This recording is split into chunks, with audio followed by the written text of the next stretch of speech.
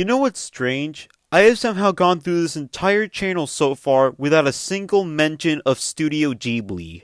Crazy, I know! Studio Ghibli is quite possibly the most consistent animation studio of all time. I seriously cannot think of any other animation studio that has had this amount of great movies in their catalog. They are one of the few animation studios, hell, studios in general, to produce nothing but greatness after greatness again and again with only a few stinkers in their filmography. And most of their masterpieces came from this man, Hayao Miyazaki. Now, I absolutely adore Miyazaki. He is one of my top 10 favorite directors of all time. And just like Wes Anderson, he has not made a single bad movie. Not one! So, as you can tell, I was excited as hell when I heard he was making another movie with The Boy and the Heron.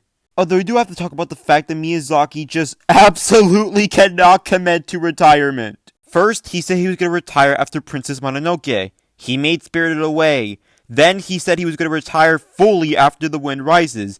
Then he comes back with this. I just find it so funny that this guy just cannot retire. Anyways, while I was very excited for this movie, I was also kind of worried because after Ghibli's last film was, well, this abomination, I was kind of worried that this film wasn't going to live up to my expectations. So, I have to say that after watching it, that I was completely wrong for thinking this way because boy is this movie a masterpiece. Like, I'd argue this is Miyazaki's best work since Spirited Away. Yes, I mean that. The story in this movie is absolutely amazing, and the struggles our main character goes through can be relatable to some people. Not to mention, the character development here is great, and the characters themselves are likable and really relatable. But the animation...